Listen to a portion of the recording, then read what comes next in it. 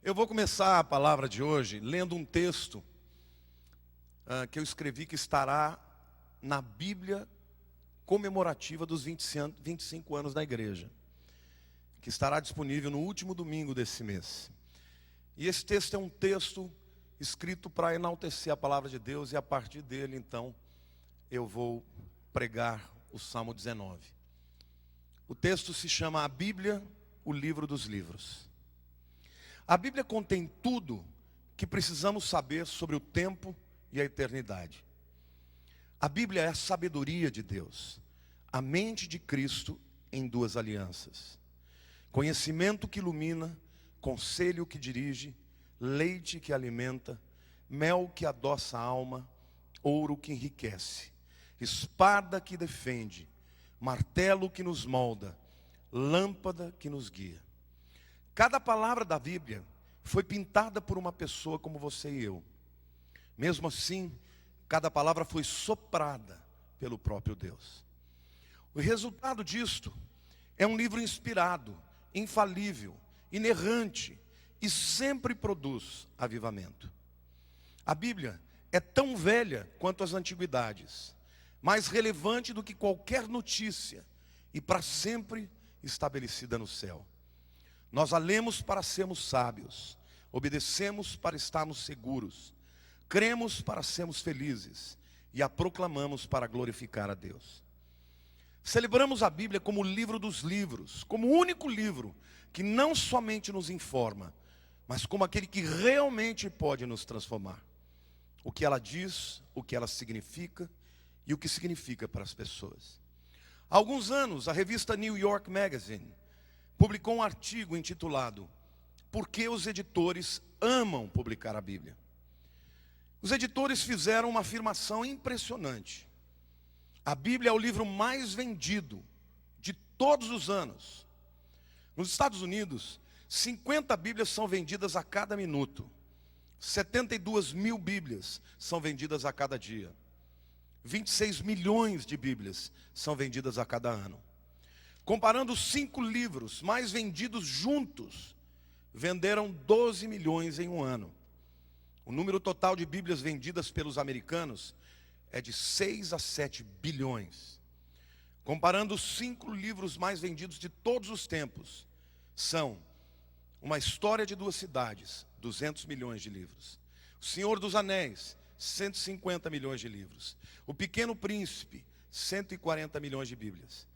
Só os Gideões Internacionais, uma instituição de distribuição de Bíblia, distribuíram 1,6 bilhão de Bíblias em 190 países.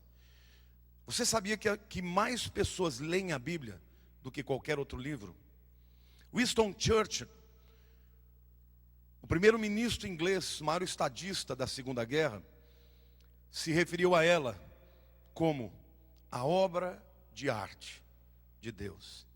Se você apagar todas as referências bíblicas da arte do mundo, nossos museus seriam diminuídos pela metade.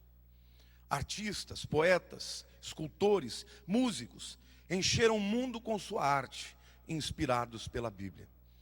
Ela foi escrita por mais de 40 autores em 1500 anos, por homens diferentes, reis, profetas, fazendeiros, pescadores, escritas em 3 línguas diferentes, hebraico, aramaico e grego, escrita em 4 regiões geopolíticas diferentes, Oriente Médio, Mesopotâmia, Ásia Menor e Sul da Europa. O Espírito moveu os escritores para que suas palavras falassem e fossem a própria palavra de Deus, ainda que mantivessem o seu próprio estilo. A Bíblia foi o primeiro livro a ser impresso no mundo, impressa por Johannes Gutenberg em 1454. A civilização ocidental tem a sua fundação moral na Bíblia. Os 10 mandamentos são a base ética e moral do judaísmo. E o Sermão do Monte é a base ética para a maioria dos países ocidentais. Você já ouviu falar sobre a paciência de Jó? Ou sobre os sinais dos tempos? Ou já ouviu falar sobre o sal da terra? Ou já ouviu falar de combater o bom combate? Você já mencionou que onde 2 ou 3 estiverem juntos, reunidos, o espírito é forte, mas a carne é fraca? Então você já foi influenciado pela Bíblia. A Bíblia tem todo o conhecimento para preencher o vazio das almas humanas. Cientistas como Richard Dawkins, um ateu confesso, declarou sobre a Bíblia ser a lifelong love, um amor para a vida inteira. Uma herança preciosa, ele também chamou. Muitos cristãos sacrificaram a sua vida pela palavra de Deus. Em 303, na grande perseguição contra os cristãos, o imperador romano Diocleciano decidiu destruir todas as cópias da Bíblia. Ele queimou as Bíblias e muitos cristãos foram mortos porque não queriam entregá-las para serem queimadas. Depois de 2 anos, ele declarou que a Bíblia estava definitivamente extinta. 20 anos mais tarde, o imperador Constantino declarou a Bíblia como o juízo perfeito de Deus. Voltaire, o humanista francês, que viveu no final do século XVII e no início do século XVIII, declarou arrogantemente: daqui a 50 anos, o mundo não mais ouvirá falar da Bíblia. E assinou embaixo, Voltaire. Apesar da sua afirmação arrogante, o Museu Britânico, no mesmo ano que ele fez essa declaração, comprou um pequeno manuscrito grego do Novo Testamento por $500 mil, enquanto o seu livro era lançado por 8 centavos de dólar. 50 anos mais tarde, após a morte de Voltaire, pasmem, Bíblias estavam sendo impressas na sua própria casa, usando as suas máquinas de impressão, porque a mesma se tornou a sede da Sociedade Bíblica de Genebra.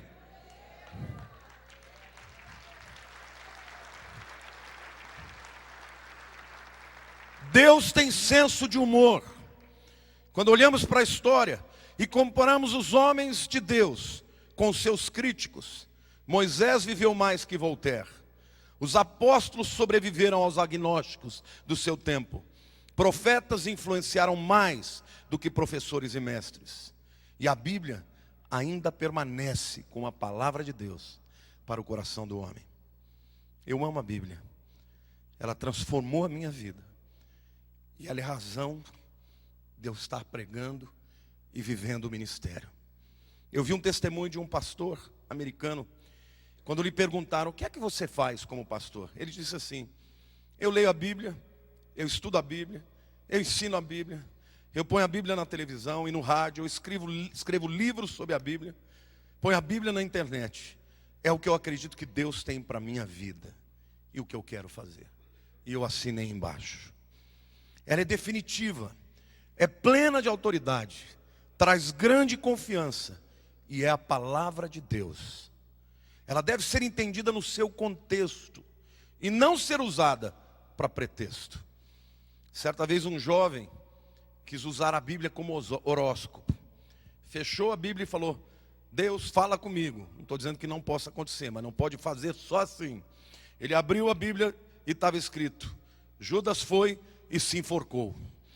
E ele falou: não, isso não pode ser de Deus. Fechou, dá uma outra palavra, Senhor. Abriu uma segunda vez.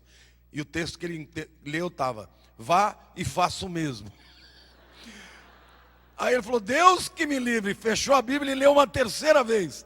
E chegou num texto que estava escrito: o que tem que fazer, faz-o depressa.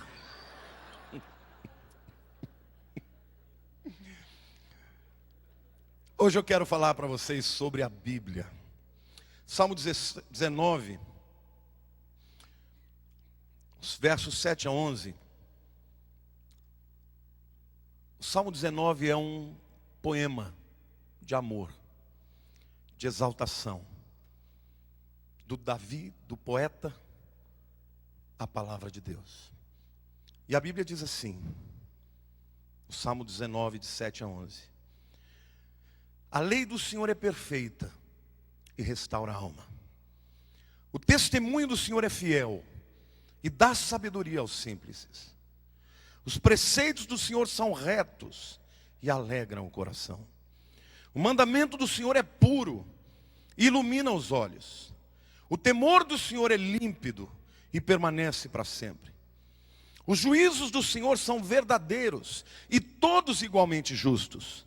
São mais desejáveis do que o ouro, mais do que muito ouro depurado. e são mais doces do que o mel e o destilar dos favos. Além disso, por eles se admoesta o teu servo, e em os guardar a grande recompensa. Este salmo, que é de fato uma exaltação à palavra de Deus, ele é muito simples, e eu decidi dividi-lo, como nosso mestre Zé Luiz, em 3 pontos. 3 pontos muito básicos e muito simples, que dá para a gente entender o valor da palavra de Deus, e entender o design de Deus, o dedo de Deus. Compreender que não pode ter sido escrito por homens. O primeiro aspecto é que este texto apresenta 6 sinônimos diferentes, para falar da mesma Bíblia. Na verdade, são 6 substantivos, sinônimos, que são a lei do Senhor, o testemunho do Senhor, os preceitos do Senhor, o mandamento do Senhor, o temor do Senhor e os juízos do Senhor. Todos esses sinônimos falam da mesma coisa, falam da Bíblia. E eu não sei se vocês perceberam, mas há algo em comum entre eles todos. É que tudo isso é de quem? É do Senhor. Então a primeira verdade que você precisa entender é que a Bíblia não é um livro só para ser lido. A Bíblia é um livro para ser obedecido, porque ele é de Deus. A Bíblia é a aliança, é o pacto, é o decreto de Deus, no Velho e no Novo Testamento. E todos quantos andam nesta palavra prosperam e são bem-sucedidos. Talvez você seja um daqueles que gosta de ouvir a Bíblia, mas chega em alguns momentos e se depara com algo que não concorde. Eu quero te dizer, seja transformado por ela, e não tenta subtrair, suprimir qualquer que seja a palavra da Bíblia, porque ela é a verdade de Deus, é a palavra de Deus, do nosso Criador e do nosso Salvador. Amém? A segunda reflexão, ou a segunda divisão que eu vejo no texto, é que Davi apresenta 6 adjetivos, 6 atributos, 6 qualidades, 6 características da Bíblia. A mesma que ele apresentou. A lei, ela é perfeita. Significa que não há falhas. Nós somos humanos. Nós nos equivocamos. Nós mudamos de opinião. Porque aprendemos, porque experimentamos, temos experiências diferentes. Mas a Bíblia, ela é perfeita, ela é imutável, ela é inerrante. Passarão os céus e a terra, mas as minhas palavras permanecerão. Então, ao nos depararmos com a Bíblia, é assim que devemos entendê-la. Ela é a verdade de Deus para mim. Amém?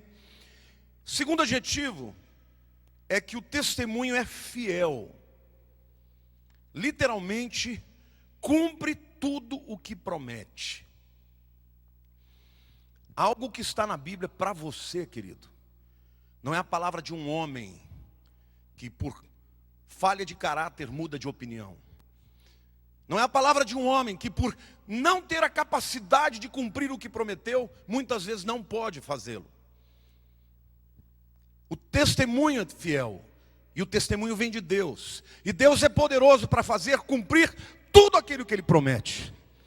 A Bíblia diz, ora, aquele que é poderoso para fazer muito mais, além daquilo que pedimos ou pensamos. A Ele seja toda a honra e toda a glória, amém ou não? Então a palavra de Deus é fiel. As promessas de Deus que ali estão, devem ser absorvidas, devem ser cridas, para que elas se cumpram. O tempo não nos pertence, mas se Deus prometeu, Ele vai fazer acontecer.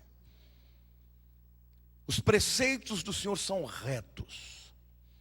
Você sabia que se uma aeronave sair, por exemplo, da Terra para a Lua, se ela se desviar 1/100º do grau da inclinação que ela deve ter, ela quando chegar, depois de milhares de quilômetros, ela não vai aterrissar na Lua. Ela vai se desviar do propósito. E é isso que acontece na vida das pessoas que se desviam dos propósitos que assumiram em todos os relacionamentos, os propósitos pessoais, profissionais, relacionais. Mas a Bíblia diz que a Bíblia é reta. Isto significa que quem anda sobre ela vai chegar no alvo para o qual Deus chamou, amém ou não? Quem anda sobre a palavra vai chegar no fim e vai encontrar aquilo que espera, a salvação, a comunhão, a exuberância de uma vida e de uma herança que podemos ter em Cristo Jesus por causa dos decretos de Deus que são retos. O mandamento do Senhor é puro. Não há impurezas humanas. O mandamento de Deus é totalmente divino. Não tem uma pitada de homem. Não tem um aspecto que o autor que escreveu tenha colocado da sua característica ou da sua cultura. Não. A Bíblia é contra a cultura. Ela é formadora da cultura. E aqueles que creem nela são instrumentos de transformação. Porque ela é pura, é o poder de Deus, absoluto, para transformar as vidas, para transformar os lares, as famílias, as almas, o coração, os sentimentos, a emoção, a mente humana, amém ou não? A Bíblia, ela é pura, não tem as imperfeições humanas. O temor é límpido, é cristalino, é absolutamente catalisador de enxergar a profundidade da verdade. Quando você olha para uma água límpida, você enxerga até o fundo. Os homens são nebulosos. As palavras podem ser usadas, os pensamentos ser usados a seu próprio favor. Mas a palavra de Deus não. Ela é límpida, é cristalina. Através dela conhecemos a verdade e o caráter de Deus. Amém? E os juízos de Deus são justos e verdadeiros. Querido, a palavra de Deus é a verdade. E porque Deus é bom, ainda que sejamos injustos, os seus juízos são igualmente justos e verdadeiros, e cheios de graça e de misericórdia. Amém? 1 Pedro 3, verso 18 diz: pois também Cristo morreu uma única vez, diga uma única vez, pelos pecados, o justo pelos injustos, para conduzir-vos a Deus, morto sim na carne, mas vivificado no Espírito. A palavra de Deus é, portanto, esse instrumento poderoso para mudar as vidas. E o terceiro ponto dessa mensagem, que é onde eu vou me ater mais, é o que a Bíblia faz na vida daqueles que nela creem. E agora vamos começar a pregar. Versículo 7 do Salmo 19 diz assim: a lei do Senhor é perfeita e restaura a alma. Quando a gente pensa em restauração, a gente pensa em uma obra, uma peça que se quebrou e veio o restaurador, não é? Ou então aqueles restauradores de obras-primas, de pinturas que vão lá e procuram restaurar aquilo que foi feito e se aproximar ao máximo do autor, do pintor, não é? Restaurar no Velho Testamento não é isso. O verbo aqui é shuv. E shuv significa literalmente voltar para o estado original. Eu quero que você saiba que quando a Bíblia está dizendo a lei do Senhor é perfeita e restaura a alma, o que a Bíblia está dizendo é que somente a palavra de Deus pode trazer a mente humana para o estado original para o qual ela foi concebida. Deus, quando criou o homem para ser corajoso, para ter intrepidez, para ter coragem, para crer, para ter fé, para ter esperança. Mas aí veio o pecado, e o pecado tornou o homem impuro. E a mente humana, que é a área, a porção humana que nos torna semelhantes a Deus, porque Deus é criativo, porque Deus é eterno, somente o ser humano tem condições de refletir sobre vida e morte, sobre eternidade, sobre bem e mal. Isto tem a ver com a imagem de Deus em nós. E quando Deus criou o homem para a confiança e não para o medo, para o amor e não para o ódio, para a certeza e não para a dúvida. Acontece que a vida, você pode observar isso na vida de uma criança. A criança é tão pura, é tão crédula, não é? Ela vai aprender com a vida a temer, a duvidar, a ter experiências negativas que gerem temores e traumas e feridas e marcas. Mas a Bíblia está dizendo que a palavra de Deus, quando ela entra na nossa alma, na nossa mente, ela começa a transformar esta mente até levá-la ao ponto original que Deus fez. Então o medroso vai ser novamente corajoso, o incrédulo vai ter confiança e fé, o indivíduo que está sem direção vai ter alegria, convicção e certeza e firmeza, porque a palavra de Deus dentro dele começa a fazer um rebuliço. Amém? Você pode aplaudir o Senhor.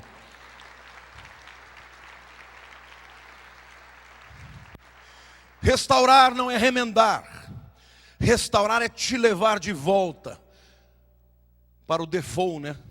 Como diz na computação, para o original que Deus tem para a tua vida. Diga para a pessoa do teu lado: a palavra de Deus tem coisas tremendas para fazer na tua história.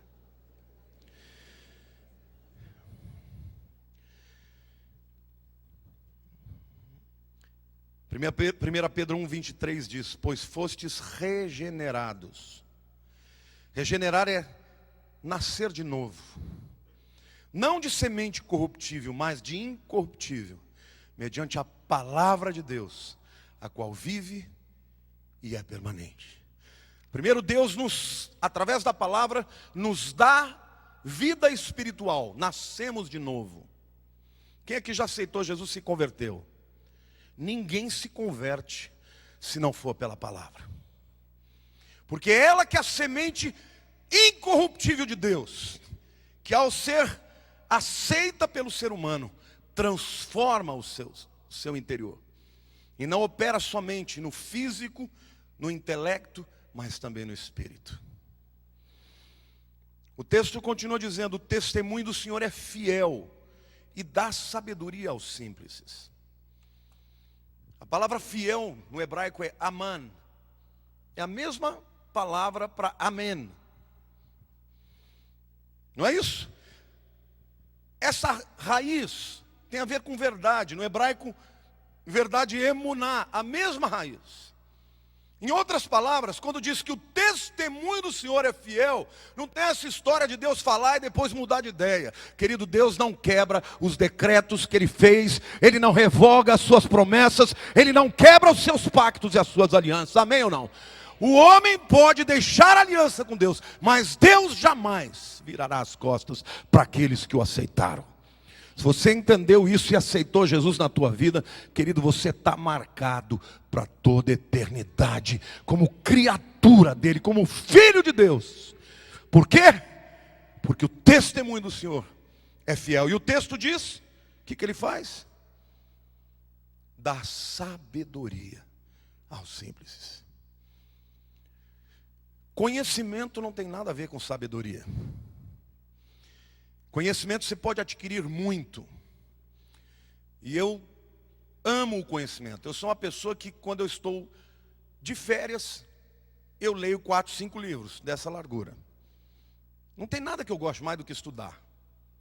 Isso foi o que a palavra de Deus fez na minha vida. Porque antes de eu me converter, eu nunca tinha lido um livro. Nenhum. Abria uma primeira página, começava a ler e falava: que chato, fechava. Mas o conhecimento não garante que você tenha prosperidade em tudo que você faz. E o conhecimento, ele é excludente. Ele não é disponível para todo mundo. Eu comecei a ler sobre a teoria da relatividade, por causa de algumas coisas que eu estou estudando. Misericórdia, eu tive que ficar lá, martelando a minha cabeça para entender aquilo que o Einstein escreveu. E muita gente, quando eu começo a querer explicar para ele, ela fala: não quero ouvir, não quero saber, não tenho o mínimo interesse.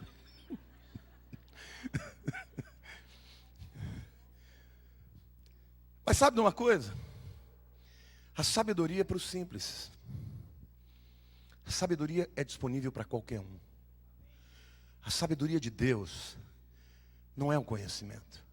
A sabedoria de Deus é a capacidade que a palavra de Deus dá para você e para mim, para resolver os menores problemas e os maiores.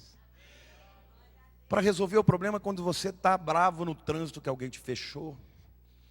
Para resolver os problemas quando você fica bravo com a tua mulher ou ela com você. Não é? Sabedoria de Deus é disponível para qualquer um. E a Bíblia diz: comprar essa sabedoria, desejai como o tesouro maior de todos. Salomão, o homem mais sábio do mundo, eu acho que se intoxicou com o seu conhecimento. E no final da vida, perdeu toda a sua sabedoria, porque não soube lidar com as demandas da vida. A palavra de Deus, querido, é um manual prático. Eu quero te dizer, eu sou aquele tipo de pessoa que compra um eletrodoméstico, eu nem abro o manual, porque eu sou tão ansioso, que eu já vou direto tentando fazer. E frequentemente eu não consigo chegar ao fim. A Bíblia é o manual. Ela vai te ensinar os detalhes de como ser transformado, ser bem-sucedido, ser feliz. Por isso que a pessoa que recebe essa sabedoria tem que ser simples, tem que ser humilde, para entender que ela tem a resposta e não aquilo que eu penso. O versículo 8 diz assim: os preceitos do Senhor são retos e alegram o coração. Meu querido, vamos combinar uma coisa aqui. Quem aqui não quer ser feliz? Quem quer ser feliz? Quem quer ser muito feliz? Quem quer ter plenitude de alegria? Quem quer se regozijar? Meu querido, é isso que a Bíblia pode fazer. Porque a verdade é que os homens procuram essa felicidade e elencam objetos que eles acreditam que trarão felicidade, e que no final se apresentam como a Bíblia diz: há caminhos que para o homem parecem direitos, mas no final são caminhos de morte. Não adianta você querer escolher a felicidade em coisas materiais, em conquistas, em algo que você adquira, num carro bonito, numa casa bonita. Quantas pessoas você conhece que chegaram ao sucesso, à fama, ao poder, ao dinheiro e se suicidam, e se drogam? Por quê? Porque tem um vazio horroroso no coração. Eu quero te dizer que a palavra de Deus nos garante que a plenitude de alegria virá para a nossa vida quando nós nos debruçamos sobre a palavra de Deus. Amém ou não? Os preceitos do Senhor são retos e alegram o coração. Eu li o testemunho de uma jovem que no ano de 93, o nome dela é Darlene Scheck. Em 93 ela estava completamente deprimida, tomando remédio, sem objetivo, sem propósito, não sabendo o que fazer da vida. E essa jovem era de uma família cristã. E ela viu uma Bíblia que estava lá, empoeirada, resolveu abrir e ler. E ela leu o Salmo 96. Cantai ao Senhor um cântico novo, porque Ele tem feito maravilhas. E começou a meditar naquela palavra. E ela deixou a Bíblia do lado e sentou-se ao piano, porque ela tocava piano, e começou a improvisar e compôs uma canção que se tornou uma das canções mais populares em todos os tempos, em todas as nações. Meu Jesus, Salvador, outro igual não há, todos os dias.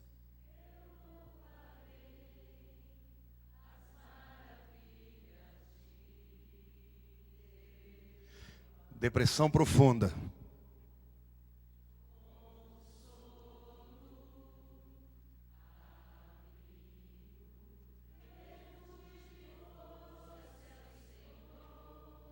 Com todo o meu ser, com tudo que sou, sempre te adorarei. Aclame ao Senhor toda a terra e cantemos poder, majestade.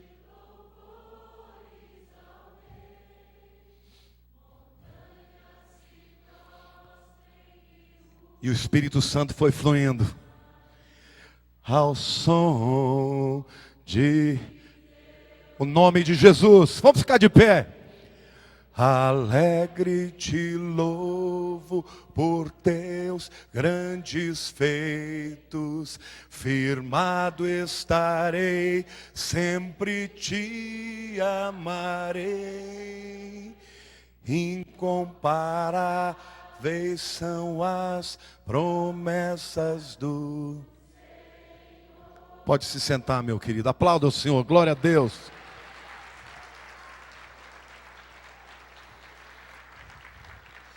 Essa jovem de quem eu estou falando se tornou a líder do grupo evangelho de maior sucesso no mundo inteiro, o Hillsong. Certa vez eu não conhecia o grupo, não conhecia o Hillsong, não conhecia a Darlene. Eu estava em Los Angeles, fui para um congresso de 100 anos do avivamento do movimento Azusa, na Rua Azusa em Los Angeles. Eu estava com a Lilian, o apóstolo Milton, que vem pregar aqui conosco, o Renê, Terra Nova. O Milton não estava? Estava sim também. O Renê estava e o Milton estava também. Bom, depois a gente confere com o Milton. Geralmente ela está certa. Mas eu me lembro que nós chegamos, adentramos no templo, e o santuário era um lugar de convenção, devia ter umas 20 mil pessoas. E eu não me impressiono muito com voz bonita não, gente. Mas quando eu entrei ali, parecia que o céu tinha descido naquele lugar. E eu falei para a Lília, quem é essa mulher? Ela falou, também não conheço. Uma unção que dá para a gente apalpar. E ela foi instantaneamente transformada de uma depressão profunda, um júbilo, se tornou uma adoradora. Querida, a palavra de Deus vale mais do que qualquer antidepressivo, do que qualquer controlador de humor, do que qualquer baseado, de qualquer cocaína, vale mais do que qualquer coisa desse mundo que venha para preencher o teu vazio. Eu quero te declarar que a palavra de Deus, ela é poderosa para alegrar a tua alma, para levantar a sua vida e te dar propósito.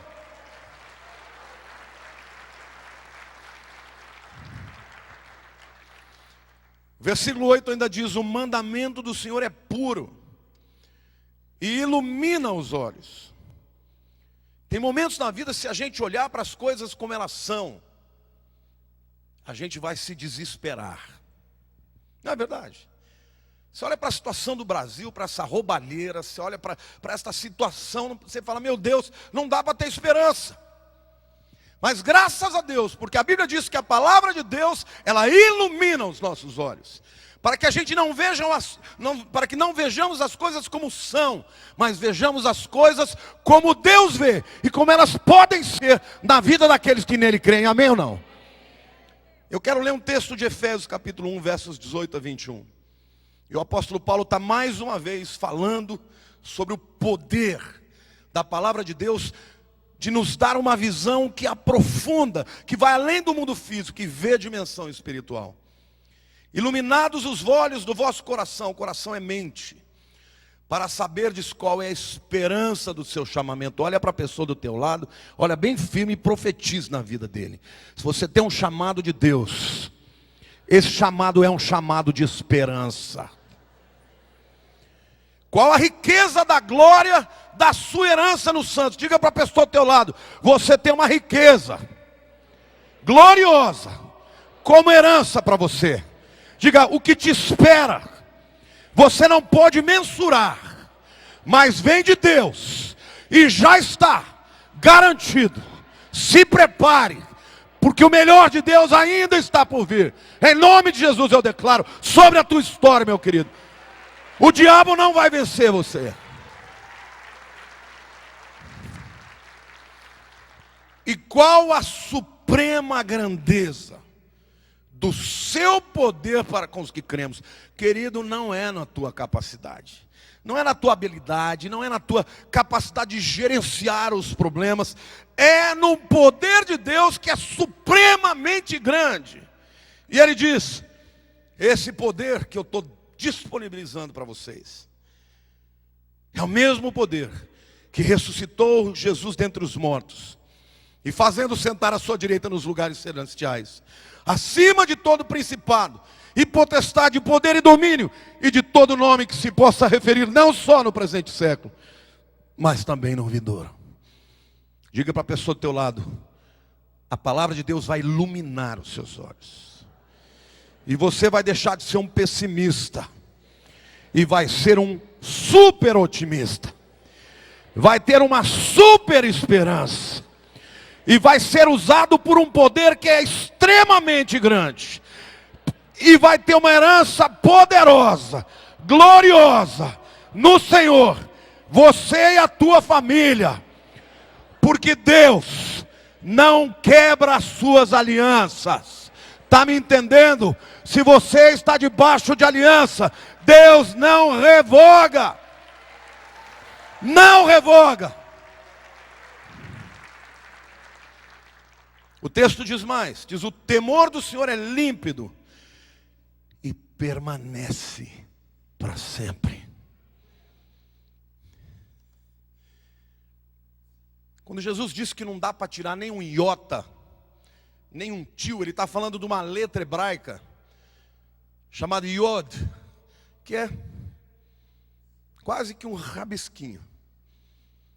Nem isso aconteceu por acaso. Deus está querendo dizer para você que aquilo que Ele escreveu vale para sempre. Não existe nada nessa vida que seja eterno, a não ser a alma humana, porque Deus criou, e a palavra de Deus.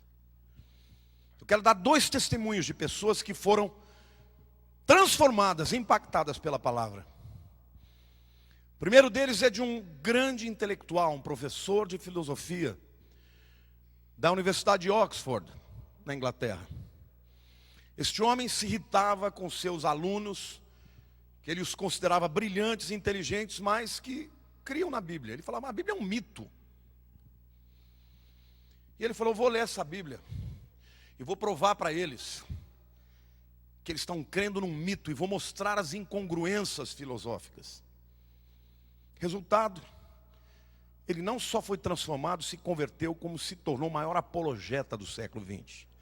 O nome dele é C.S. Lewis. Escritor, escreveu as Crônicas de Nárnia e muitos outros livros que se tornaram filme. E este homem ainda hoje, já morto há muitos e muitos anos, continua a influenciar teólogos, escritores, poetas, pessoas inteligentes que bebem no seu conhecimento. E ele foi transformado pela palavra quando o seu interesse, ainda que sincero, era ridicularizá-la diante dos seus alunos. A palavra de Deus é eterna, querido. Não se preocupe se alguém se levantar para te ridicularizar. Eles vão passar e você vai permanecer firme. O segundo nome que eu quero usar é de um palestino chamado Walid Shoebat. Este homem nasceu em Belém, lá na Judéia. Hoje Belém está na mão dos árabes. E ele cresceu odiando cristãos, odiando judeus. Quando ele ficou adulto, ele foi para os Estados Unidos para estudar na universidade.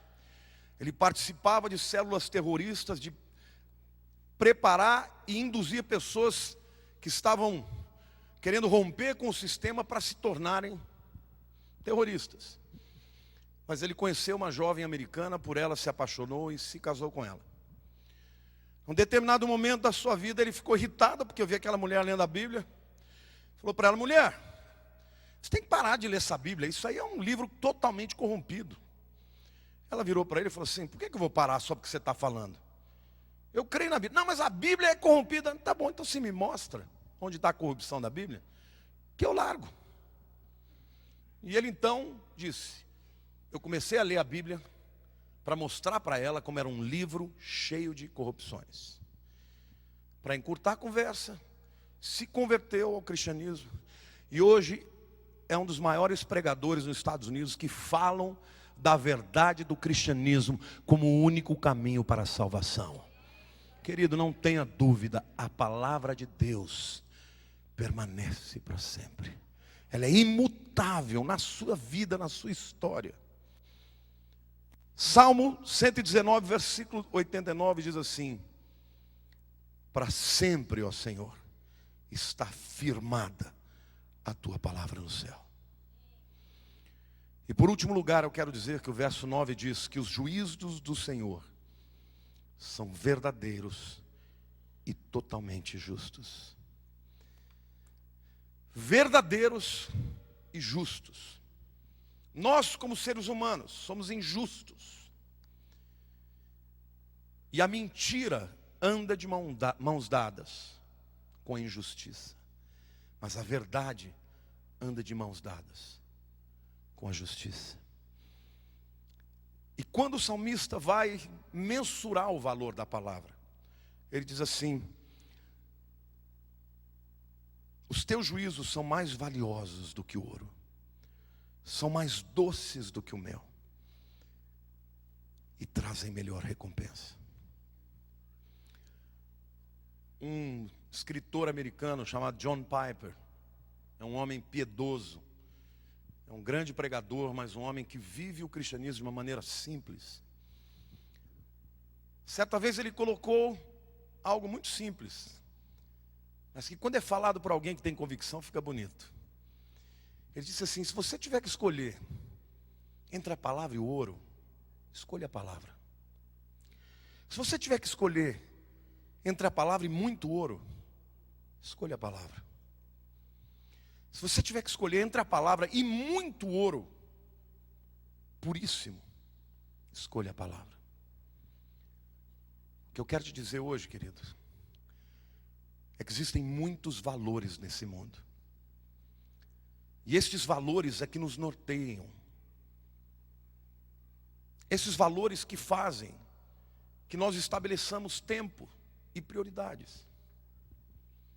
Tem tanta gente trabalhando 16, 17 horas por dia, porque acredita que se tiver uma promoção, se ganhar um pouco mais, ou se, entendeu, fizer um curso de mestrado, doutorado, pós-doutorado, MBA, vai ser mais feliz. Eu quero te dizer, se você ainda não entendeu o valor da palavra de Deus, ela é simplesmente um livro obsoleto.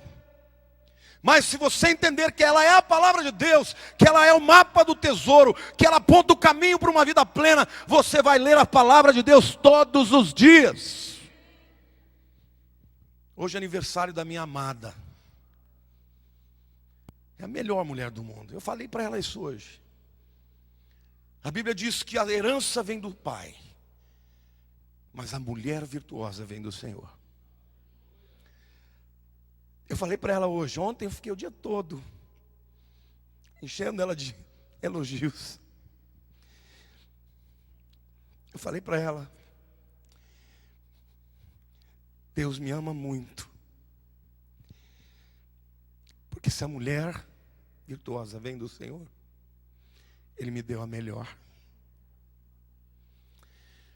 Mas quando eu conheci a Lilian, ela já era uma mulher, uma jovem, de muito valor, teve um excelente modelo, que é a minha sogra que está aqui. Mas eu conheci a Lilian naquela época de juventude, né? Então ela era engraçado. Eu me converti, estava no fogo, né? E ela adorava uma balada. Naquele tempo era baile, né? Não era balada. Então ela ia para os bailes, ficava até 5 da manhã. No sábado, aí chegava no domingo, ela ia na escola dominical. Não perdíamos, porque foi ensinada, né? Pelo menos a Bíblia estava lá. E ela lia horóscopo todo dia. Então, quando a gente começou a ficar amigo, depois namorar, eu não me conformava. Eu falava: como assim ler horóscopo? Não, eu leio, por ler. E eu conheci a Lilian num momento que ela estava assim profundamente deprimida, com 42 quilos. E Deus me colocou perto dela. Eu era novo convertido, mas cheio do fogo de Deus. E comecei a ministrar sobre a vida dela. E depois Deus preparou que a gente se casasse em 1 ano e 2 meses. E logo no comecinho do nosso ministério, a Lília foi batizada no Espírito Santo. Irmãos, a partir daquela experiência, eu nunca mais vi a Lília tendo altos e baixos. Quando ela tem algum momento, ela fala, dá licença que eu vou orar. E todos os dias, eu vejo a minha mulher lendo a palavra e orando. Sempre chorando. Mas sempre chorando de alegria, porque quando Jesus visita a gente, irmãos, é alegria. Não é um choro de tristeza. E ela se tornou daquele cordeirinho numa lioa, que sempre crê, que sempre toma posse. Quando eu dou umas fraquejadas, ela me dá uns trancos. Vamos lá! Ela foi transformada pela palavra. Eu quero dizer que essa mesma palavra pode fazer isso na sua vida. Isso não é privilégio de pastor, não. Isso é privilégio de quem quer ter uma experiência com isso. E o Senhor me mandou dizer para esta igreja, para esse povo que está aqui, eu estou preparando um tempo em que eu vou levantar o meu exército. E o meu exército vai pisar na cabeça da serpente e vai levantar a minha palavra como a espada viva de 2 gumes para quebrar os paradigmas deste mundo e transformar a sociedade. Toma posse. A Bíblia não é um livro bonito, a Bíblia é o decreto de Deus, é a palavra viva de Deus. E ela pode fazer isso na sua história, meu querido. E aquilo que entra para ficar para sempre. É o tempo da igreja se levantar com limpidez e clareza, com pureza da palavra de Deus, com o poder supremo do Deus que ressuscitou Jesus. Esse é um tempo que o Senhor está apressando a obra. Recentemente agora, um senhor da nossa célula, não vou mencionar o nome, que talvez a família não queira. Ele era assíduo, não perdia uma célula, era um homem abençoado. Todo domingo de manhã que eu pregava, ele vinha falar comigo, a palavra de Deus falou comigo. Um homem de Deus, um engenheiro, um cara que tinha que lutar com todas as demandas da vida, mas um homem cuja vida estava centrada em Deus. Um dia ele me procurou no meu gabinete e falou, pastor, minha menina tem 6 anos. E ela quer se batizar de todo jeito. Eu sei que a igreja batista não batiza criança, mas você não podia conversar com ela? Eu falei, claro. E ela veio, linda, menininha ainda. Eu falei, querida, por que você quer ser batizada? E ela falou, porque Jesus já entrou no meu coração. Eu quero cumprir o mandamento dele. E eu olhei para os olhos dela, estavam brilhando. Eu falei, você será batizada. E no próximo batismo ela desceu as águas. Menos de um mês depois, ele faleceu. E quando eu fui recebê-la no meu gabinete, a mãe, que era esposa, eu estava com meu coração dilacerado, porque eu não sabia o que eu vou dizer para essa menina. E ela estava chorando e ela disse, pastor, Deus já tinha me falado. Por isso eu quis me batizar. E ela estava serena. Ela falou, eu sei que Jesus levou o papai e que eu vou me encontrar com ele. Queridos, esse é o tempo. As crianças vão se converter muito rápido. E essa geração que está levantando aí vai ser uma geração que vai pisar na cabeça da serpente. Então eu quero te dizer, a palavra de Deus é viva e eficaz. Ela é mais poderosa do que qualquer espada humana de 2 gumes. E ela é capaz de penetrar até o mais profundo da alma, dividindo juntas e medulas, pensamentos de intenções do coração. É a palavra viva de Deus. Feche os seus olhos.